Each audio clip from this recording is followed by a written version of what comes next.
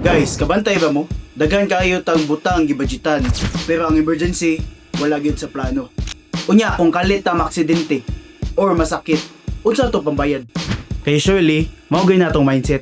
Bahala na. Kung masakit, di pa mangitag tambal. Kung maaksidente, saka pa ka makaunahon na og panghulam. Pero guys, nanahulatod pa man nato may tabo una bago ta mangandam.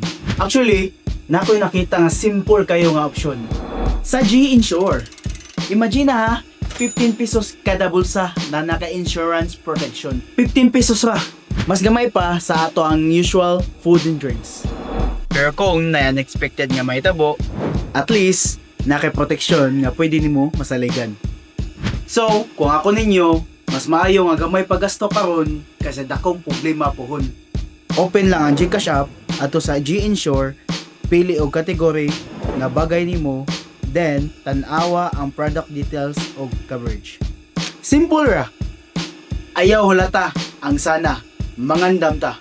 G-Insure, gamay nga lakang, mas dako ang peace of mind.